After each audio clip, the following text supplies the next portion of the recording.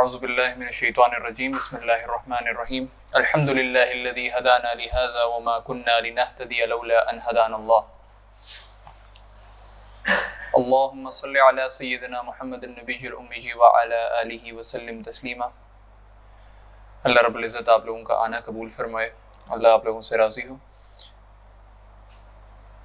آخری لیکچر کے اندر ہم دیکھ رہے تھے کہ کیا وجوہات بنی تھیں غزوہ بدر کے ہونے میں۔ اس میں ہم نے دیکھا ایک تو غزوہ ذو العشیرہ جس میں رسول اللہ صلی اللہ علیہ وآلہ وسلم نے ایک قافلے کے اوپر کا پیچھا کیا تھا جو مال لے کے جا رہا تھا شام کی طرف ابو سفیان کی قیادت میں، جس نے واپس پیغام مکہ میں بھجوایا تھا اور مکہ سے ایک لشکر تیار ہو کے بدر کے لیے آیا تھا۔ دوسری وجہ یہ بنی کہ سریہ نخلہ کے اندر ایک شخص عمر بن حضرمی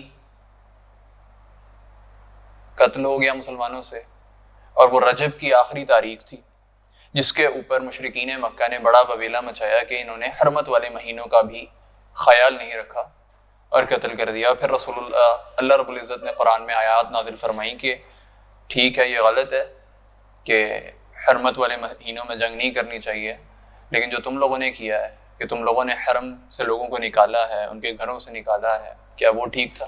وہ اس سے بڑا فتنہ تھا۔ خیر اس کی وجہ سے جنگ بدر پیش آتی ہے۔ جنگ بدر کے اندر کیا ہوتا ہے کہ رسول اللہ صلی اللہ علیہ وآلہ وسلم پہلے اس قافلے کا رستہ روکنے کے لیے نکلتے ہیں، لیکن رستے میں رسول اللہ صلی اللہ علیہ وآلہ وسلم کو وحی ہوتی ہے کہ اللہ رب العزت نے فیصلہ فرما دیا ہے جنگی لشکر کے ساتھ مقابلے کا، جس پہ رسول اللہ صلی اللہ علیہ وآلہ وسلم صحابہ سے مشورہ کرتے ہیں، اور صحابہ جو ہیں وہ اپنی جان نثاری کی مثال پیش کرتے ہوئے رسول اللہ کو کہتے ہیں کہ ہم تیار ہیں۔ ان کے پاس 8 گھوڑے ہوتے ہیں، 2 تلواریں ہوتی ہیں اور 70 اونٹ ہوتے ہیں، لیکن وہ پھر بھی کہتے ہیں کہ ہم تیار ہیں اور ہم جنگ کے لیے جائیں گے، اور اللہ رب العزت ایک فتح عطا کرتا ہے۔ پھر اس کے بعد مال غنیمت کا آ گیا جس میں سورہ انفال کی شروع کی آیات بھی ہم نے ذکر کر لی۔ اس کے علاوہ جو ہے حضرت زینب کا ایک قصہ آیا کہ حضرت زینب کا ہار آتا ہے جس پہ رسول اللہ صلی اللہ علیہ وآلہ وسلم کی آنکھوں میں نمی آ جاتی ہے، جس پہ صحابہ سے وہ پوچھتے ہیں کہ ابو العاص کو وہ چھوڑ دیں، اور پھر ابو العاص کو چھوڑ دیا جاتا ہے۔ اسی طرح باقی قیدیوں کا بھی معاملہ ہوتا ہے کہ کچھ کو فدیہ لے کے چھوڑ دیا جائے۔ اس کے اوپر پھر قرآن کی آیات آتی ہیں جو حضرت عمر رضی اللہ تعالیٰ عنہ کی بات کو تقویت پہنچا رہی ہوتی ہیں، سیکنڈ کر رہی ہوتی ہیں، کہ حضرت عمر نے کہا ہوتا ہے کہ ان سب کو قتل کریں، جو ہم میں سے سب کے قریبی رشتہ دار ہیں ان کو قتل کیا جائے۔ آج ہم دیکھیں گے غزوہ بدر سے لے کے غزوہ احد کے درمیان میں جو واقعات پیش آئے ہیں وہ کیا ہیں۔ اب کیا ہوا جب یہ سارے معاملات ہوئے تو رسول اللہ صلی اللہ علیہ وآلہ وسلم جو ہیں مزید خطرات کے اندر گھر گئے۔ ایک تو یہ ہوا کہ مدینہ کے ارد گرد جو لوگ رہتے تھے، لوگ واقع تھے جو رہزنی کے اندر ملوث ہوتے تھے، ڈاکے ڈالتے تھے، قافلوں کو روکتے تھے، لوٹ مار کرتے تھے، ان لوگوں کو خطرہ لاحق ہو گیا کہ اب مدینہ کے اندر ایک طاقت امڑ رہی ہے، ایک طاقت بن رہی ہے، اور کل کو جب مدینہ کے کوئی لشکر نکلیں گے، مدینہ کا کوئی قافلہ جائے گا سامان لے کے، تو اس کے ساتھ دستے ہوں گے، اور کوئی حفاظتی دستے ویسے بھی گشت کر رہے ہوں گے تو ہمارے لیے وہ رکاوٹ بنیں گے۔ تو ایک طرف سے وہ مسلمانوں کے خلاف آنا شروع ہو گئے، دوسری طرف کیا ہوا کہ یہود کے اندر پہلے مسلمانوں کے خلاف ان کے اندر چیز تھی، امڑ رہی تھی۔ قرآن کہتا ہے وَلَتَجِدَنَّ أَكْثَرَهُمْ عَدَاوَةً لِلنَّاسِ، کہ سب سے زیادہ جو کثرت سے ہیں یہودی ہیں جو مسلمانوں کے خلاف ہوتے ہیں۔ آیات دوبارہ پڑھ لیتے ہیں، لَتَجِدَنَّ أَشَدَّ النَّاسِ عَدَاوَةً لِلَّذِينَ آمَنُوا الْيَهُودُ وَالَّذِينَ أَشْرَكُوا، کہ یہ جو یہود ہیں اور جو مشرکین ہیں یہ مسلمانوں کے ساتھ بڑے زبردست ہیں، بڑے زیادہ دشمنی کے اندر آگے ہیں۔ ایک طرف یہ معاملہ ہوتا ہے، اور ایک طرف معاملہ یہ ہو رہا ہوتا ہے کہ ادھر مشرکین کے اندر اب وہ بدلے کا جنون اٹھ رہا ہے، وہ جوش اٹھ رہا ہے۔ تو خیر اب وہ لوگ رستے روک رہے ہیں رسول اللہ کے۔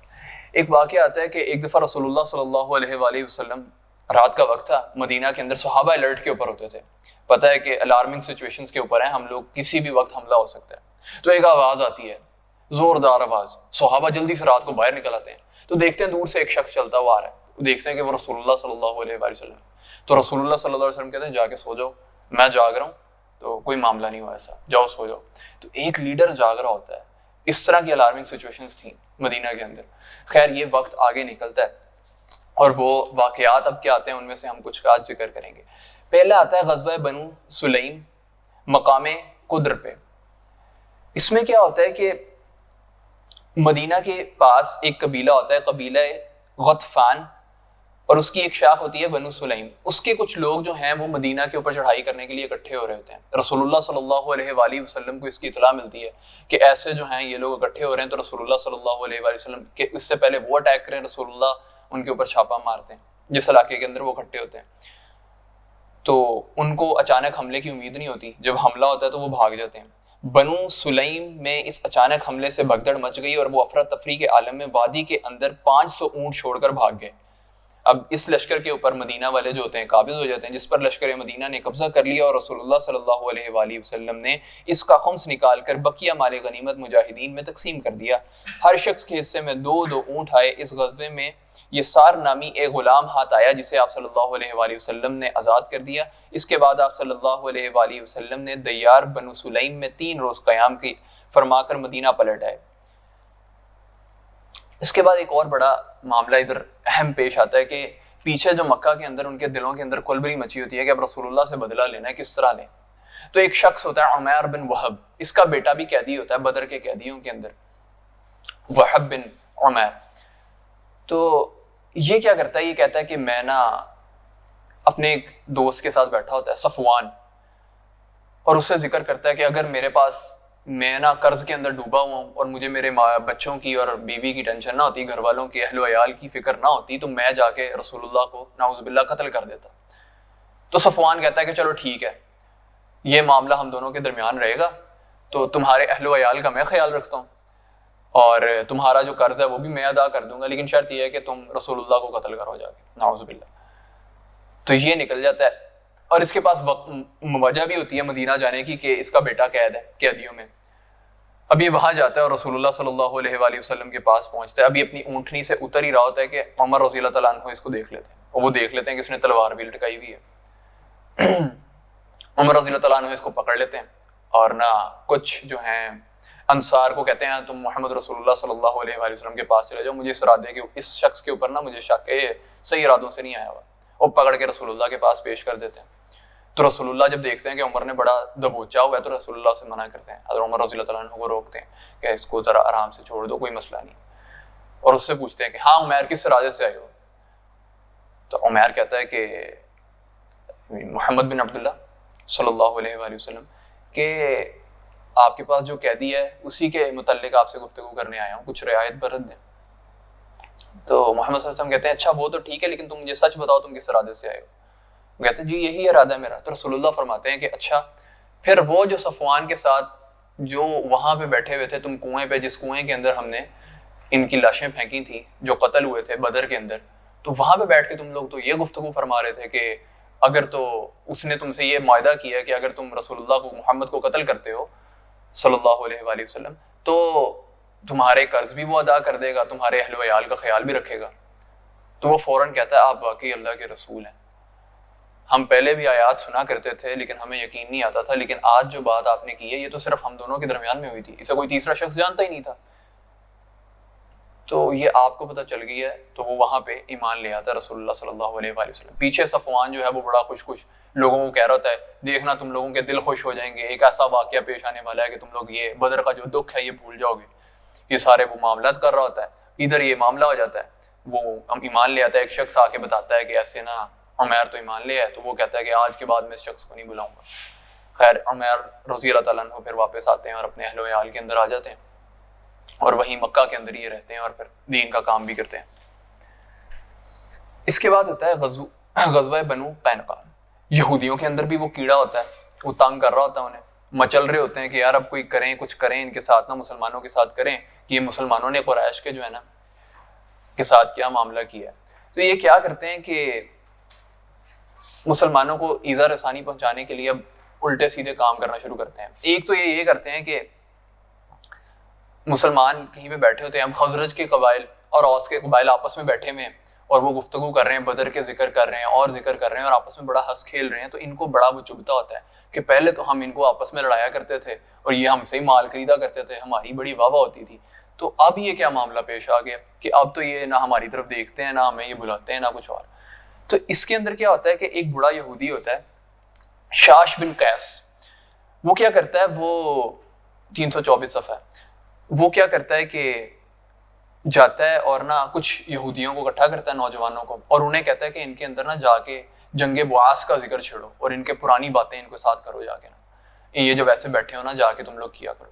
خیر وہ ایسے کرنا شروع کرتے ہیں تو کہیں پہ مسلمان آپس میں مشتعل ہو جاتے ہیں، تو وہ کہتے ہیں کہ ہم لڑیں گے آپس میں، لڑنے کے لیے بھی تیار کھڑے ہو جاتے ہیں۔ رسول اللہ کو خبر ہوتی ہے کہ ایسے معاملہ پیش آیا، رسول اللہ فوراً بھاگے بھاگے جاتے ہیں اور ان سے کہتے ہیں کہ یہ تم لوگ کیا کر رہے ہو، تم لوگ پھر سے شیطان کی حد چڑھ گئے ہو، تم لوگ پھر سے یہودیوں کی باتوں میں آ رہے ہو، کیا ہو گیا؟ اب تم لوگ مسلمان ہو، ایمان لے آئے ہو، آپس میں بھائی بھائی ہو، اب تم لوگوں کے وہ خون کے رشتے نہیں، اب یہ ایمان کا تعلق ہے۔ ہمارے استاد جی کہا کرتے تھے کہ اگر یہ ایمان کا تعلق نہ بنا تو یہ دنیاوی رشتے موت کی ضرب کے ساتھ ختم ہو جائیں گے، اور وہاں پہ تو جنتی جہنم ہی ہے نا۔ تو خیر رسول اللہ انہیں سمجھاتے ہیں اور وہ واپس فرما برداری کی اور اطاعت کرنے کی عہد کرتے ہیں رسول اللہ صلی اللہ علیہ وآلہ وسلم سے۔ اب ایسے یہ جو ہیں یہ شرارتیں کر رہے ہوتے ہیں۔ دوسری طرف بنو قینقاع کا معاہدہ بھی ہوتا ہے رسول اللہ صلی اللہ علیہ وآلہ وسلم کے ساتھ کہ یہ جو ہیں یہ غداری نہیں کریں گے، یہ کوئی اندر سے سیاستیں نہیں کریں گے، لیکن اب جب یہ معاملہ پیش آتا ہے تو یہ اندر اندر کرنا شروع کر دیتے ہیں۔ ایک تو یہ مسلمانوں کے اوپر جملے کسنا شروع کر دیتے ہیں کہ تم لوگوں کا مقابلہ ہم سے ہوتا نا پھر پتہ چلتا ہے یہ تم لوگوں نے کیا قریشیوں کو ہرایا، یہ تو کوئی ہار ہوتی ہے، ایسے کوئی تھوڑا ہراتے ہیں، اس طرح کی باتیں۔ پھر مسلمانوں کی عورتوں کو چھیڑنا شروع کر دیتے ہیں، انہیں تنگ کرتے ہیں، وہ پردہ کرتی ہیں تو ان کے اوپر باتیں کستے ہیں۔ تو ایک واقعہ ہوتا ہے کہ ایک مسلمان خاتون جو ہے وہ کسی یہودی بازار کے اندر جاتی ہے، کچھ سامان خریدتی ہے اور ایک سونار کی دکان میں جاتی ہے، اس نے پردہ چہرہ ڈھکا ہوتا ہے، وہ اسے کہتا ہے کہ چہرہ کھولو، تو وہ چہرہ کھولنے سے انکار کرتی ہے، تو وہ جو اس کی چادر ہوتی ہے نا وہ چپکے سے کہیں باندھ دیتا ہے یا کہیں پھنسا دیتا ہے، تو وہ جب اٹھتی ہے تو وہ ایک دم بے نقاب ہو جاتی ہے، اس کے اوپر وہ شور مچاتی ہے، تو کچھ ایک مسلمان نوجوان وہاں سے گزر رہا ہوتا ہے، وہ دیکھ لیتا ہے، وہ غصے کے اندر آ کے اس کو قتل کر دیتا ہے، ادھر وہ اسے قتل کرتا ہے، ادھر سے یہودی مل کے اس مسلمان کو مار دیتے ہیں۔ اب جس مسلمان کو مارتے ہیں اس مسلمان کے اہل و عیال رسول اللہ صلی اللہ علیہ وآلہ وسلم کی خدمت میں پیش ہو جاتے ہیں کہ یا رسول اللہ یہ دیکھ لیں یہ نا ایسی حرکتیں کر رہا ہے، یہ یہودیوں نے مارا ہے، آپ ہمیں قصاص لے کے دیں۔ رسول اللہ صلی اللہ علیہ وآلہ وسلم جو ہیں وہ ان کے پاس جاتے ہیں ان کو سمجھانے کے لیے، یہ آگے سے بھی یہی باتیں کرتے ہیں۔ رسول اللہ صلی اللہ علیہ وآلہ وسلم کہتے ہیں کہ اب بہت ہو گیا، بہت برداشت کر لیا ہم نے، ہم چاہ رہے تھے کہ اس علاقے کے اندر جو ہے وہ بنا رہے، چاہتے تھے کہ مدینہ کے اندر ایک صلح والا امن والا ماحول بنا ہوا ہے تو وہ بنا رہے، اب نہ خراب ہو، لیکن یہ لوگ نا اب باز نہیں آ رہے۔ یہ مدینہ کے اندر ہی بنو قینقاع جو ہیں یہ مدینہ کے اندر ہی رہتے ہوتے ہیں، ان کا ایک علیحدہ سے محلہ ہوتا ہے، اس محلے کے اندر ہی رہتے ہوتے ہیں۔ اب رسول اللہ صلی اللہ علیہ وآلہ وسلم جو ہیں محاصرہ کرتے ہیں ان کے اوپر، اور شوال کے اندر ان کا محاصرہ کر لیتے ہیں، 2 ہجری ہے، ٹھیک ہے، رمضان میں 17 رمضان کو۔ اچھا یہ بھی چیزیں نوٹ کر لیں، ایک تو پہلی دفعہ روزے فرض ہوئے 2 ہجری کے اندر، غزوہ بدر کے اندر جب ہوئی ہے تو روزے سے تھے مسلمان، اس کے بعد 17 رمضان کو بدر ہوئی ہے، پھر پہلی عید الفطر اور صدقہ فطر یہ مسلمانوں کے اوپر فرض ہوا، اس کے بعد ابھی آگے یہ معاملات چل رہے ہیں، شوال ہی ہے، 1 مہینہ گزرا ہے، رسول اللہ صلی اللہ علیہ وآلہ وسلم دوسرے غزوے کے اوپر آ گئے۔ غزوہ تو ایک محاصرہ کر لیا انہوں نے بنو قینقاع کا۔ بنو قینقاع کو امید ہوتی ہے قریش سے، یہ قریش کے پہلے ہی ہوتے ہیں، یہ قریشیوں کو پیغام بھیج رہے ہوتے ہیں کہ نا آپ آئیں اور ہماری مدد کریں، آپ آئیں اور ہماری مدد کریں۔ قریشی ان کو کہتے ہیں ہاں ابھی صبر کر لو، صبر کر لو ابھی نا۔ جب قریشی آئے ہوتے ہیں قریشی نے بھی ان کو پیغام بھیجے ہوتے ہیں کہ آپ لوگ اندر سے کوئی کرو، کوئی پنگا کرو، ان کے تنگ کرو مسلمانوں کو، تاکہ ادھر سے ہم لوگ حملہ کریں گے تو مسلمان جو ہیں وہ نہتے ہو جائیں گے۔ لیکن اس وقت یہ کہہ رہے ہوتے ہیں کہ ابھی تھوڑا صبر کر لو، تھوڑا صبر کر لو۔ تو اب قریش کو یہ پیغام بھیج رہے ہیں تو قریشی ان کو کہہ رہے ہیں کہ تھوڑا صبر کرو، ہم آتے ہیں ہم آتے ہیں۔ لیکن ان کو 15 دن بعد بھی جب یہ اطلاع ملتی ہے کہ ابھی تک تو قریش والوں کا کوئی ارادہ ہی نہیں ہے، وہ چلے ہی نہیں ہے وہاں سے، تو یہ کیا کرتے ہیں کہ ان کی ہمت ٹوٹ جاتی ہے اور یہ رسول اللہ صلی اللہ علیہ وآلہ وسلم کو کہہ دیتے ہیں کہ آپ ہمارا فیصلہ فرما دیں۔ ادھر آتا ہے عبداللہ بن ابی۔ عبداللہ بن ابی کو آتا ہے کہ ابھی 1 مہینہ ہوا ہوتا ہے مسلمان ہوئے ہوئے، زیادہ دیر نہیں ہوئی ہوتی۔ اب وہ کہتا کہ آگے پیج نمبر 322 ہے 28 ہے، 15 دن کے لیے یہ قید رہتے ہیں ادھر۔ لیکن یہی موقع تھا جب عبداللہ بن ابی نے اپنا منافقانہ کردار ادا کیا۔ اس نے رسول اللہ صلی اللہ علیہ وآلہ وسلم سے سخت اصرار کیا کہ آپ صلی اللہ علیہ وآلہ وسلم ان کے بارے میں معافی کا حکم صادر فرمائیں۔ اس نے کہا اے محمد صلی اللہ علیہ وآلہ وسلم میرے معاہدین کے بارے میں احسان کیجیے۔ واضح رہے کہ بنو قینقاع خزرج کے حلیف تھے، لیکن رسول اللہ صلی اللہ علیہ وآلہ وسلم نے تاخیر کیا. وہ کہہ رہا رسول اللہ اس کی بات کو سنی انسنی کر رہے ہیں. اس پر اس نے اپنی بات پھر دہرائی، مگر اب کی بار آپ صلی اللہ علیہ وآلہ وسلم نے اس سے اپنا رخ پھیر لیا.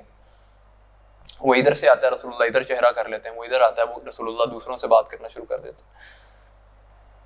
لیکن اس شخص نے آپ صلی اللہ علیہ وآلہ وسلم میں کے گریبان میں اپنا ہاتھ ڈال لیا. آپ صلی اللہ علیہ وآلہ وسلم نے فرمایا مجھے چھوڑ دو، اور ایسے غضبناک ہوئے کہ لوگوں نے غصے کی پرچھائیاں آپ صلی اللہ علیہ وآلہ وسلم کے چہرے پر دیکھی. پھر آپ صلی اللہ علیہ وآلہ وسلم نے فرمایا تجھ پر افسوس، مجھے چھوڑ. لیکن یہ منافق اپنے اصرار پر قائم رہا اور بولا نہیں باخدا میں آپ کو نہیں چھوڑوں گا یہاں تک کہ آپ میرے معاہدین کے بارے میں احسان فرمائیں. 400 کھلے جسم کے جوان اور 300 ذرا پوش جنہوں نے مجھے سرخ و سیاہ سے بچایا تھا، آپ انہیں ایک ہی صبح میں کاٹ کر رکھ دیں گے؟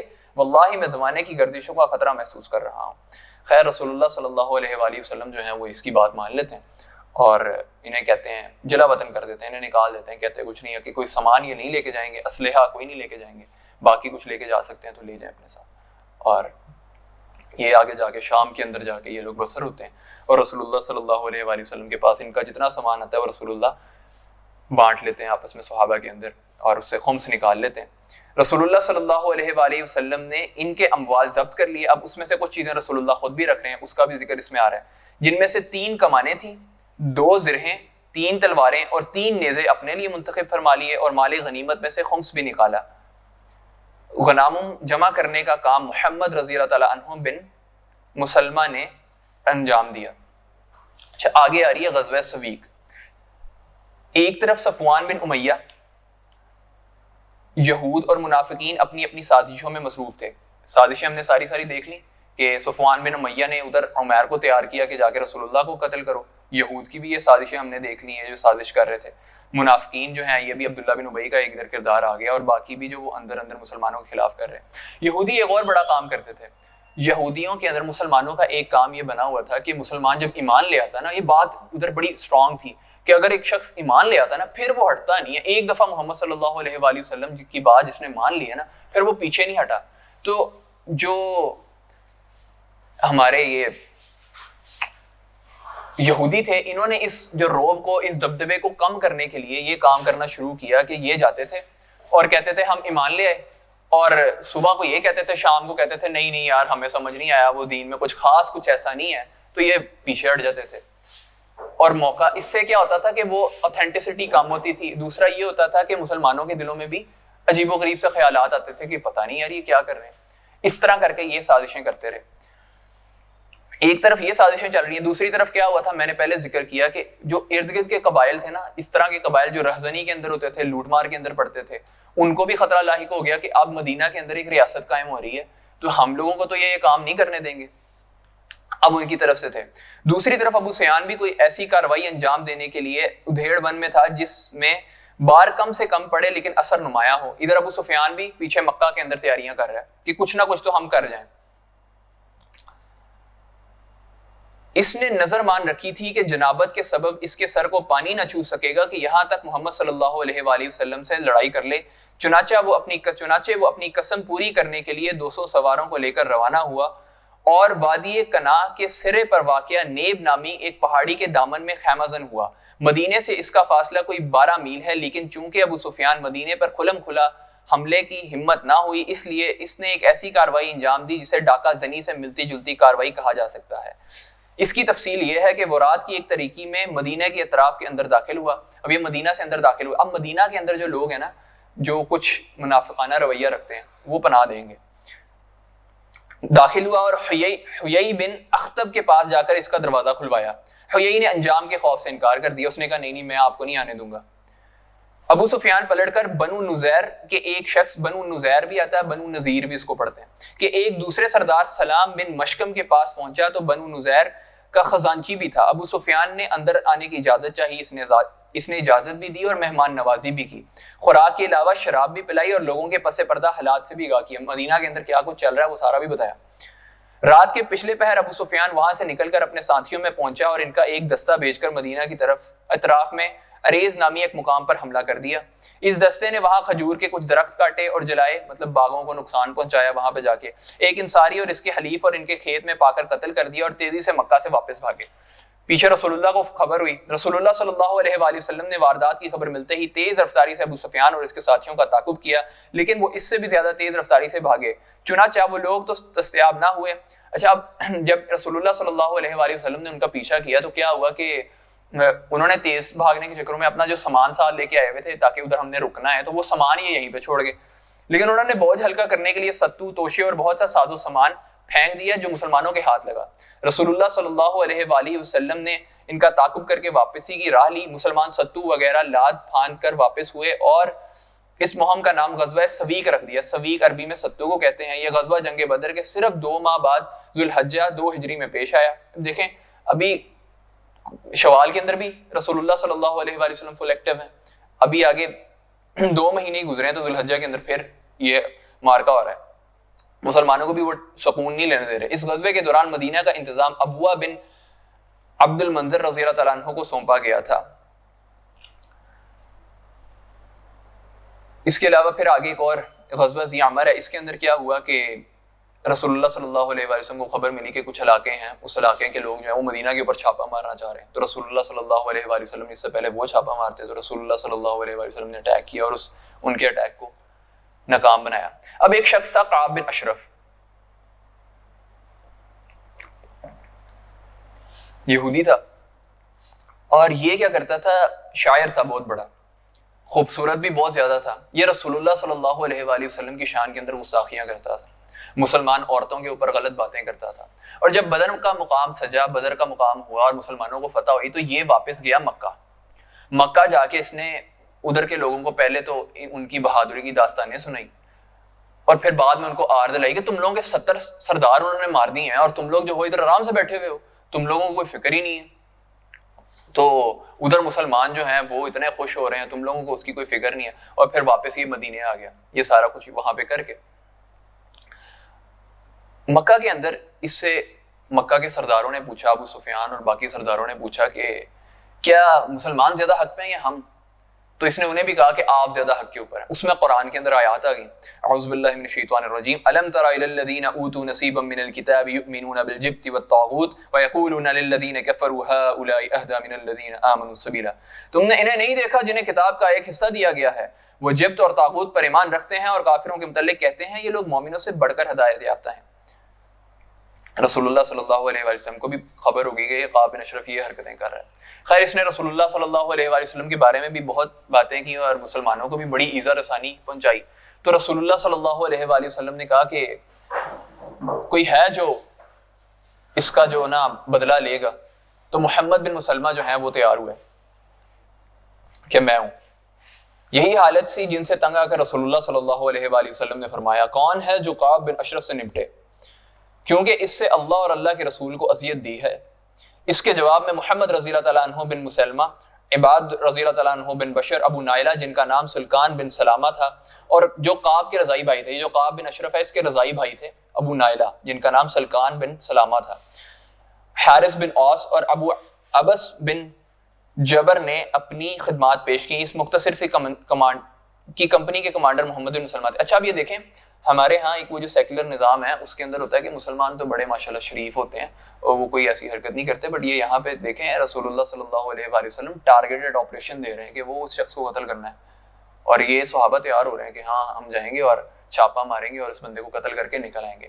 کمانڈو ایکشن ہے، گوریلا ایکشن کرنا ہے۔ کعب بن اشرف نے قتل کے بارے میں روایات کا حاصل یہ ہے کہ جب رسول اللہ صلی اللہ علیہ وآلہ وسلم نے یہ فرمایا کہ کعب بن اشرف سے کون نپٹے گا کیونکہ اس نے اللہ اور اس کے رسول کو اذیت دی ہے، تو محمد رضی اللہ تعالیٰ عنہ بن مسلمہ نے اٹھ کر عرض کیا یا رسول اللہ میں حاضر ہوں، کیا آپ چاہتے ہیں میں اسے قتل کر دوں؟ آپ نے فرمایا ہاں۔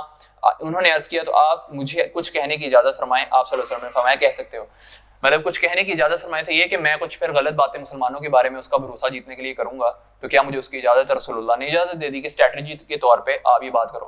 اب اسٹریٹجی بڑے مزے کی تھی، انہوں نے کیا کیا، یہ گئے ان کے پاس اور جا کے کہا کہ رسول اللہ کو ٹارگٹ کرتے ہوئے نا اپنے ذہن کے اندر اس کو بھی یہ بتاتے ہوئے، پتا تو تھا کہ رسول اللہ کے خلاف باتیں کرتا ہے، تو کہ یار محمد صلی اللہ علیہ وآلہ وسلم کی وجہ سے نا ہمارا بھی بڑی آزمائش آ گئی ہے، لیکن کیا کریں، اب اس کا ساتھ ہم نے اپنا تو لیا ہے، اب اس کے ساتھ ہم ہو تو گئے ہیں، تو اب کیا کر سکتے ہیں یار، اب دیکھتے تو ہے نا کیا انجام ہوتا ہے، اینڈ کیا ہوتا ہے۔ تو یہ ہے، اور اس طرح کی باتیں کر کے اس کا بھروسہ جیتنے کا شروع کیا۔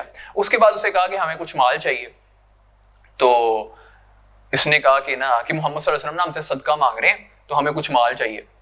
تو اس نے کہا کہ اچھا تم میرے پاس کچھ رکھوا دو. نے کہا ہم آپ کے پاس کیا رکھوا سکتے ہیں؟ اس نے کہا اپنی عورتیں رکھوا دو. اس نے کہا نہیں, آپ تو عرب کے خوش آمد بھی کی کہ آپ تو عرب کے بڑے خوبصورت اور اتنے ماہر شاعر ہیں, تو ہم اپنی عورتیں آپ کے پاس کیسے رکھوا سکتے ہیں؟ اس نے کہا اچھا اپنے بیٹے رکھوا دو. اس نے کہا لے ہم بیٹے کیسے رکھوا دیں آپ کے پاس, کہ بیٹے رکھوا دیے تو کل کو ہمارے جب وہ ہم مر جائیں گے تو لوگ ہمارے بیٹوں کو باتیں کریں گے کہ مال کے ہی بس بچے رکھوا دیے تھے انہوں نے, یہ تو اتنے گرے ہوئے تھے. تو آپ ایسا کریں, آپ ہمارا نا جو اسلحہ ہے نا وہ رکھ لیں. اب وہ بھی اسٹریٹجی تھی کہ ہمارا اسلحہ کسی طرح اس کے محل کے اندر چلا جائے تو تاکہ ہم لوگ وہ کاروائی کر سکیں. ٹھیک ہے. اب سملرلی جو تھے باقی ابو نائلہ بھی تھے. ابو نائلہ جو تھے ابھی ہم نے اوپر دیکھا کہ وہ اس کے رضائی بھائی ہیں, تو انہوں نے بھی اسی قسم کی باتیں اس کے ساتھ کی اور اس کا بھروسہ جیت لیا اور ان کو کہہ دیا کہ ہمارے کچھ اور ساتھی بھی ہیں جو ہمارے طرح ہماری ذہنیت کے ہیں, ہمارے ساتھ متفق ہیں, تو وہ بھی معاملہ یہی کرنا چاہ رہے ہیں. اس نے کہا ٹھیک ہے. خیر اب یہ جو ہے یہ ایک دن طے ہو گیا جس دن یہ لوگ اپنا اسلحہ جو ہے نا وہ لے کے جائیں گے, سارا تلواریں اور زرہیں, اور اس کے پاس جا کے رکھوائیں گے. یہ سارے اکٹھے ہو کے گئے اور یہ رسول اللہ صلی اللہ علیہ وآلہ وسلم سے ایک مقام پہ ملے اور رسول اللہ صلی اللہ علیہ وسلم نے فرمایا ان سے کہ آپ لوگ جو ہیں اللہ آپ لوگوں کو کامیاب کرے. تو یہ لوگ گئے اور نا اب اس کے گھر گئے ہیں اور ابو نائلہ نے اس کو آواز دی. ابو نائلہ اس کو آواز دیتا ہے, یہ اپنی نئی نویلی دلہن کے پاس بیٹھا ہوتا ہے, بڑی خوشبو اس نے لگائی ہوتی ہے, تو بالوں میں بڑا تیل شیل لگا کے اچھا خوشبو والا نا بیٹھا ہوتا ہے. تو اس کی جو دلہن ہے اسے کہتی ہے مجھے نا یہ کوئی خطرے کی علامت لگ رہی ہے, ویسے نہ کریں. اس نے کہا نہیں یہ تو میرا دودھ شریک بھائی ہے, رضائی بھائی ہے, کوئی مسئلہ نہیں ہے, ایسا کوئی مسئلہ نہیں ہے, فکر نہ کرو, میں ذرا بات سن کے آتا ہوں. اس نے کہا ٹھیک ہے. یہ آئے ہیں بات سننے کے لیے, ادھر مسلمان جو تھے تیار تھے اس کو قتل کرنے کے لیے. تو ابو نائلہ نے اسٹریٹجی اپنائی کہ نا میں اس کو قابو کروں گا اور تم لوگ اس پہ حملہ کر دینا. ٹھیک ہے. چاہیے اس کو گھر سے ذرا تھوڑا چلا کے تھوڑا دور تک لے کے اور باتیں کرنے میں مشغول کر لیا. ابو نائلہ نے سے کہا یار تمہارے ساتھ خوشبو بڑی اچھی آ رہی ہے, کون سا تیل لگاتے ہو؟ اس نے کہا کہ یار باقی یہ بڑا زبردست ہے, ذرا چیک کرو, سونگو ذرا. ابو نائلہ نے ایک دفعہ سونگا, آپ نے دوسری دفعہ کہا, میں ہاتھ لگا کے دیکھوں, ہاتھ لگا کے دیکھ لو. ابو نائلہ نے ایسے ہاتھ کر کے ایسے کر کے بال پکڑ لیے اور اب قابو آ گیا. تو ابو نائلہ نے پہلے بتایا ہوا تھا کہ آپ نا حملہ کر دینا, باقی صحابہ نے حملہ کر دیا اور اس کو ادھر قتل کر دیا. اب وہاں سے نکلے, اب وہ قتل کرتے کے دوران نا ایک تلوار, اب وہ 5-6 صحابی تھے تو وہ تلوار حضرت حارث کے جو تھی ان کے بھی لگی, ان کے زخم ہو گئے. یہ صحابہ نکلے واپس تو دیکھا کہ حضرت حارث پیچھے رہ گئے. پھر رستے میں وہ بھی آ کے واپس ملے تو یہ انہیں اٹھا کے اسی مقام پہ ہے جہاں رسول اللہ نے انہیں رخصت کیا تھا, اور وہاں آ کے ایک زوردار نعرہ لگایا, اتنی زور سے لگایا کہ رسول اللہ نے اپنے حجرے کے اندر سنا وہ نعرہ. تو رسول اللہ نے پھر اللہ اکبر کہا. اگلے دن یہ رسول اللہ صلی اللہ علیہ وآلہ وسلم کے پاس گئے تو انہوں نے رسول اللہ صلی اللہ علیہ وآلہ وسلم کو جا کے بتایا کہ رسول اللہ ہم یہ کام کر رہے ہیں. آپ صلی اللہ علیہ وآلہ وسلم سمجھ گئے کہ ان لوگوں نے اسے مار لیا ہے. چنانچہ آپ صلی اللہ علیہ وآلہ وسلم نے اللہ اکبر کہا. پھر جب یہ لوگ آپ صلی اللہ علیہ وآلہ وسلم کی خدمت میں پہنچے تو آپ صلی اللہ علیہ وسلم نے فرمایا اس چہرے کامیاب رہیں. کتنی خوشی ہوئی ہوگی صحابہ کو کہ رسول اللہ کہہ رہے ہیں. پھر جب رسول اللہ نے یہ کہا, انہوں نے آگے سے کہا کہ یا رسول اللہ آپ کے چہرے پہ بھی ہمیشہ یہ مسکراہٹ رہے, آپ بھی کامیاب رہیں. اے اللہ کے رسول, اور اس کے ساتھ ہی اس طاغوت کا سر آپ صلی اللہ علیہ وسلم کے سامنے رکھ دیا کہ یہ لیں رسول اللہ, ہم نے ختم کر دیا, جو آپ نے ہمیں مشن دیا تھا وہ مشن ہم پورا کرائے ہیں. اب اس سے کیا ہوا, اس سے یہودیوں کو یہ سمجھ آ گئی کہ مسلمان اب آرام سے بیٹھنے والے نہیں ہیں. اب جو ہم سازشیں کر رہے ہیں نا, اب مسلمان اس کے اوپر ایکشن بھی لیں گے اور ایکشن کر کے دکھائیں گے. تو اس پہ جو کعب بن اشرف کا پتہ تو ان سب کو چل گیا کہ مسلمانوں نے ایسے مار دیا, تو لیکن ایکشن کسی نے نہیں لیا. انہوں نے چپ, ابھی خاموشی اختیار کرو, ابھی مسلمان بہت ہائپ کریٹ کر گئے ہیں تو ابھی نہیں کچھ کہہ سکتے ہم. اب آگے ہوا غزوہ بحران. اس میں رسول اللہ صلی اللہ علیہ وآلہ وسلم گئے ہیں لیکن کوئی واقعہ پیش نہیں آیا, اور ویسے ہی رسول اللہ صلی اللہ علیہ وآلہ وسلم واپس پیش آئے ہیں. لیکن رسول اللہ صلی اللہ علیہ وآلہ وسلم نے وہاں پہ 1 مہینہ قیام کیا اس علاقے کے اندر, تاکہ ادھر کے آس پاس کے قبیلوں کے اوپر مسلمانوں کا روب ڈل جائے کہ مسلمان جو ہیں وہ متحرک ہیں اور ان کی جو قیادت ہے وہ جاگ رہی ہے, سوئی نہیں ہوئی ہے, وہ اپنے ارد گرد سے باخبر ہیں. اگلا ہے سریہ زید بن حارثہ. اس کے اندر سب سے زیادہ مسلمانوں کو فائدہ ہوا. جنگ احد سے پہلے مسلمانوں کی یہ آخری اور کامیاب ترین مہم تھی جو جمادی الاخری میں پیش آئی 3 ہجری. ٹھیک ہے, اب یہ شروع ہو گیا, اگلا سال آ گیا. ٹھیک ہے, واقعے کی تفصیل یہ ہے کہ قریش جنگ بدر کے بعد سے قلق و اضطراب میں مبتلا تھے ہی کہ مگر جب گرمی کا موسم آ گیا. اچھا اب ہم نے پہلے پڑھا تھا کہ مکہ کے اندر یہ تھا کہ مکہ کے پاس تجارت ہی تھی سارا کچھ, یا جو حاجی وہاں پہ آتے تھے, اس کے علاوہ تو مکہ کے پاس کچھ تھا نہیں, نہ وہاں پہ وہ کوئی کھیتی باڑی کر سکتے تھے کیونکہ زمین پتھریلی زمین تھی اور ریتلی زمین تھی. تو یہ کیا کرتے تھے, یہ صرف تجارت کرتے تھے شام کی طرف یا حبشہ کی طرف. سردیوں میں حبشہ جاتے تھے, گرمیوں میں شام جاتے تھے. اب وہ تجارت کا موقع آ رہا ہے اور پتہ ہے بھائی رسول اللہ صلی اللہ علیہ وآلہ وسلم کے دستے جو ہیں وہ اندر موجود ہیں, تو اب کیا کریں. اب وہ سارا ہے میں مبتلا تھے تو تھے ہی, مگر جب گرمیوں کا موسم آ گیا اور ملک شام کا تجارتی سفر کا وقت آن پہنچا تو انہیں ایک اور فکر دامن گیر ہوئی. اس کی وضاحت اس سے ہوتی ہے کہ صفوان بن امیہ نے, جسے قریش کی طرف سے اس سال ملک شام جانے والے تجارتی قافلے کا میر کارواں منتخب کیا گیا تھا, قریش نے کہا محمد صلی اللہ علیہ وآلہ وسلم اور اس کے ساتھیوں نے ہماری تجارتی شاہراہ ہمارے پرصعوبت بنا دی ہے, سمجھ میں نہیں آتا کہ ہم اس کے ساتھیوں سے کیسے نمٹیں. وہ ساحل چھوڑ کر ہٹتے ہی نہیں. اب پہلے تو یہ ہوتا تھا نا کہ یہ ساحلی رستہ اختیار کر کے نکل جاتے تھے, لیکن جب سے وہ بدر کا مقام آیا تھا اور ابو سفیان وہاں سے بچ کے نکلا تھا, رسول اللہ نے صحابہ کا ایک دستہ وہاں پہ بھیج دیتے تھے کہ ادھر بھی نظر رکھو کہ ساحل سے کوئی قافلہ قریشیوں کا جا تو نہیں رہا. وہ ساحل چھوڑ کر ہٹتے ہی نہیں اور باشندگان ساحل نے ان سے جو باشندے ہیں وہاں ساحل کے قریب رہنے والے, انہوں نے بھی ان سے مصالحت کر لی ہے. عام لوگ بھی انہی کے ساتھ ہو گئے ہیں. اب سمجھ میں نہیں آتا کہ ہم کون سا رستہ اختیار کریں. اگر ہم گھروں میں ہی بیٹھے رہیں گے تو اپنا اصل مال بھی کھا جائیں گے اور کچھ باقی نہ بچے گا, کیونکہ مکہ میں ہماری زندگی کا دار و مدار اسی پر ہے, اور گرمی میں شام اور جاڑے میں حبشہ سے تجارت کریں. صفوان نے اس سوال کے بعد اس موضوع پر غور و خوض شروع ہو گیا. آخر اسود بن عبد المطلب نے صفوان سے کہا تم ساحل کا رستہ چھوڑ کر عراق کے رستے سے سفر کرو, کہ اب تم ساحل کا رستہ چھوڑ دو اور عراق کے رستے سے سفر کرنا ہے تم نے. انہوں نے کہا ٹھیک ہے. نجد سے ہو کر شام جاتا ہے اور مدینہ سے مشرق میں خاصے فاصلے سے گزرتا ہے.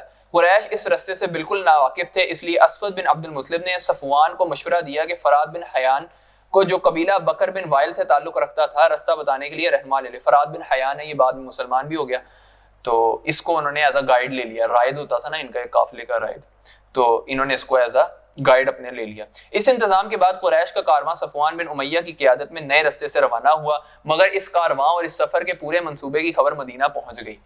اب مدینہ کیسے پہنچی, یہ بھی بڑا خوبصورت واقعہ ہے. ہوا یہ کہ سلیط بن نعمان رضی اللہ تعالیٰ عنہ جو مسلمان ہو چکے تھے, نعیم بن مسعود کے ساتھ جو ابھی مسلمان نہیں ہوئے تھے, بادہ نوشی کی ایک مجلس میں جمع تھے. یہ شراب نوشی کی حرمت سے پہلے کا واقعہ ہے. یہ اب وہاں پہ جا رہے ہیں, ٹھیک ہے, اس کے ساتھ بیٹھے ہوئے ہیں نعیم کے ساتھ. جب نعیم پر نشے کا غلبہ ہوا تو انہوں نے قافلے اور اس کے پورے سفر کا منصوبہ تفصیل کے ساتھ بیان کر دیا. اب سلیط بن نعمان کو جب یہ پتا چلا تو وہ برق رفتار گھوڑے کے اوپر بیٹھ کے فوراً مدینہ پہنچے اور رسول اللہ صلی اللہ علیہ وآلہ وسلم کو بتایا کہ رسول اللہ ایسے وہاں سے قافلہ جا رہا ہے. رسول اللہ نے زید بن حارثہ کی قیادت کے اندر بھیجا کہ جاؤ اور نہ اس کو روکو. رسول اللہ نے فوراً حملے کی تیاری کی اور سواروں کا ایک رسالہ حضرت زید بن حارثہ رضی اللہ تعالیٰ عنہ کی کمان میں دے کر روانہ کیا. حضرت زید رضی اللہ تعالیٰ عنہ نے نہایت تیزی سے رستہ طے کیا اور ابھی قریش کا قافلہ بالکل بے خبری کے عالم میں کردہ نامی ایک چشمے پر پڑاؤ ڈالنے کے لیے تیار اتر رہا تھا کہ اسے جا لیا اور اچانک یلغار کر کے پورے قافلے پر قبضہ کر لیا. صفوان بن امیہ اور دیگر محافظین کاروان کو بھاگنے کے سوا کوئی چارہ نظر نہ آیا. مسلمانوں نے قافلے کی رہنما فرات بن حیان کو, وہ جو فرات بن حیان تھا, اسے بھی انہوں نے قید کر لیا اور وہ پھر بعد میں مسلمان ہو جاتا ہے, اور مزید 2 آدمیوں کو گرفتار کر لیا. اب اس سے بھی قریشیوں کے اندر ایک اور ہوا کہ پہلے بدر کے اندر وہ معاملہ پیش آ گیا اور اب یہ یہاں پہ پیش آ گیا, اور اسی کے ریزلٹس کے اندر اب احد ہوگی. انشاءاللہ نیکسٹ لیکچر کے اندر ہم غزوہ احد پڑھیں گے اور ایک ہم منافقت کے باب کو چھیڑیں گے کہ عبداللہ بن ابی کہ کیا کردار تھا اس کا. ٹھیک ہے, جو حق بیان ہوا ہے وہ اللہ کا تھا, آج بھی اللہ کا ہے, کل بھی اللہ کا ہے, اور آنے والے کل بھی اللہ کا ہی رہے گا, اور جو غلطیاں ہوئی ہیں وہ میری تھیں, اللہ مجھے معاف فرمائے. جزاک اللہ خیرا فی الدنیا والآخرہ.